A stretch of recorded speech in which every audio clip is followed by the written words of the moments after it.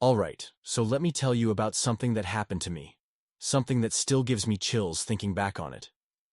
I spent most of my 20s on construction sites. I loved working with my hands, even though my parents always wanted me to go to engineering school. Jobs came and went, but I always found something. Then one day, the Whitlam Hawthorne Group offered me a foreman gig for their new headquarters project. Came with great pay and benefits. I jumped on it. Honestly, who wouldn't? We hadn't even finished pouring the foundation when it happened. The entire site collapsed. 3 guys died, and 13 of us ended up injured, buried under the rubble. No one knew what went wrong. Bad surveying, engineering errors, pure bad luck. But it didn't matter much. We pointed fingers, but all we got was a settlement. A big check, a remote job, and a discounted apartment from WHG. Sign here and move along.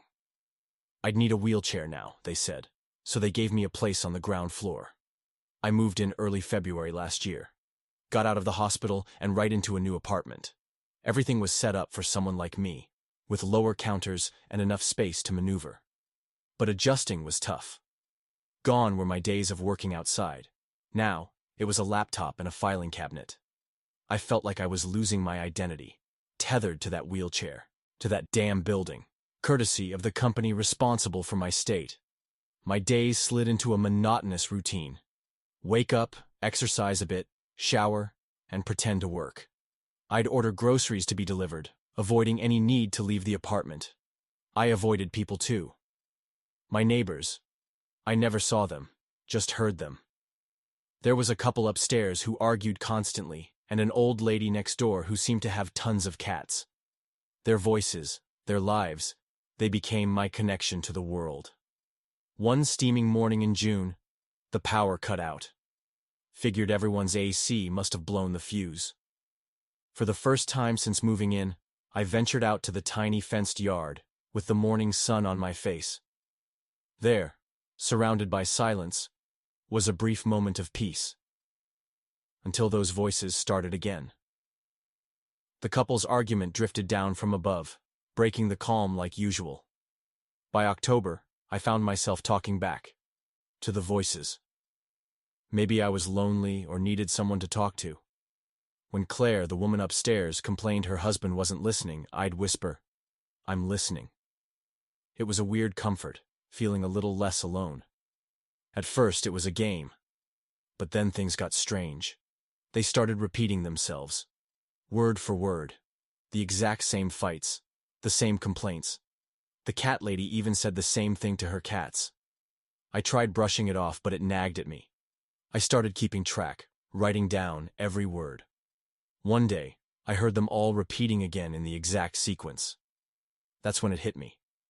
Something wasn't right. I hadn't seen any of my neighbors since I moved in. Not once. I hadn't even seen anyone outside. Finally, curiosity got the better of me, and I wheeled out of my apartment. The courtyard was lined with apartments, all blinds open, motionless. An eerie quiet hung in the air. It dawned on me. No one's here. I went back and forth, noting everything that felt wrong. My mind was spinning. Then came the day I knocked on the old woman's door at a calculated time, hoping to disrupt the routine. That voice, fragmented, echoing, replied to my knock. It wasn't human. I slowly pushed open her door and found only darkness and a fallen wheelchair. Invisible yet tangible chills swept over me. I got out of there, fast. Things switched up after that. The voices and routines were still there, but more erratic. One evening, a knock at my own door sent fear shooting through me. Then I heard it, my own voice, twisted and replayed from outside. I flung the door open to find nothing, yet something was there, an invisible shape, closing in. I had to try and escape. Gathering what strength I could, I pushed through it, feeling icy threads brush past. I rolled out as fast as I could, glancing around to see shadowy glimmers like mirages surrounding me.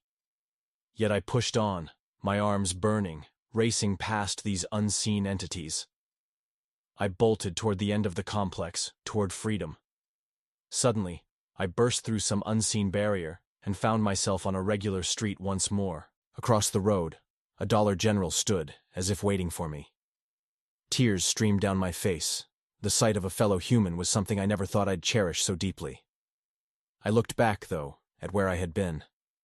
But it was all gone. Just an empty lot and construction gear. Just a dirt field, where I'd narrowly escaped. A dark secret I could never truly grasp.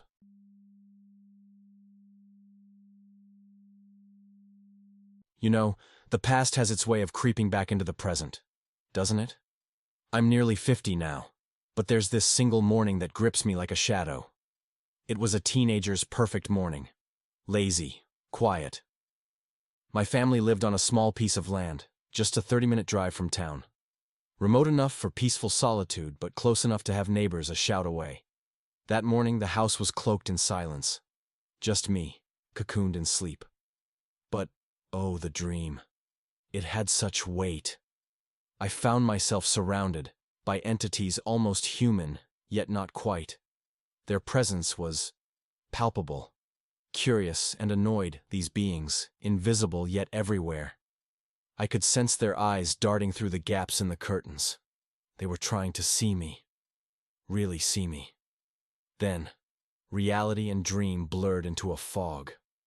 Or was it a dream that masqueraded as reality? My feet carried me down the hall, each step amplifying my unease. I remember turning left from my room. 4, maybe 5 steps. A pause, a turn, and then paralysis. Downstairs, from the railing that oversaw the basement steps, I caught sight of it. The back door. Ordinary and unremarkable. A brown door with its little yellow curtains framing a quaint square window. But what do you do when the ordinary turns sinister? Staring back at me, just beyond the thin glass, was a face. His features were sharp and tanned, shoulders bare but for the twin braids snaking down them. The look in his eyes, though, that glare pierced me, my very soul.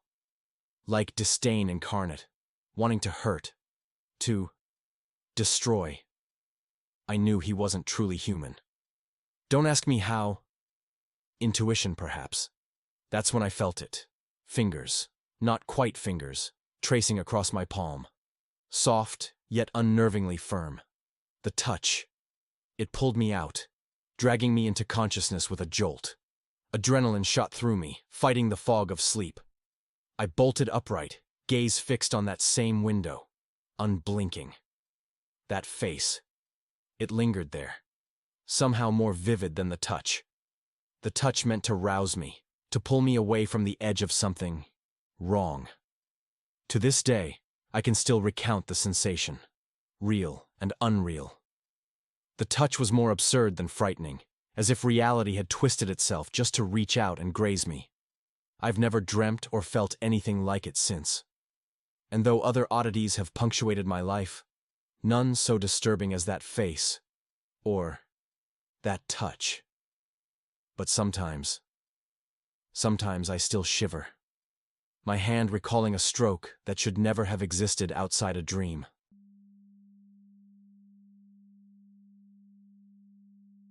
Have you ever had one of those nights where shadows stretch longer than they should, whispering secrets that twist your insides into icy knots? It was a late September evening in 2022, when I found myself wrapped in just that kind of uneasy twilight. The air had that thick, heavy quality that made breathing work, and every sound seemed amplified. The rustle of leaves, the crunch of gravel underfoot. I was out on a road not far from Seton Cemetery in Coryell County, Texas, the kind of place where the darkness gnaws at your sanity, and the cemetery looms like a gargantuan specter of forgotten memories.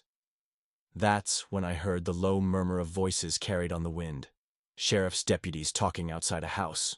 Their words broke the silence like a stone shattering glass. "Lock everything up," I overheard one deputy saying, his voice a mixture of command and worry. "Stay vigilant. Brandon Hogan's out there, somewhere." I'd read about Hogan, his picture plastered across papers and TV screens for days now. A brute of a man with a history as checkered as a chaos-ridden chessboard. Assault, burglary, nastiness like that. But what really raised the hairs on my neck was what Sheriff Scott Williams had said earlier, his words ringing with steely determination.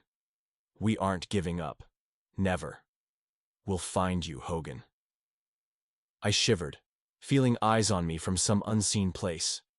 And then there was the forest, dark, impenetrable, its depths hiding secrets and, maybe, just maybe, a dangerous man lurking in its underbelly.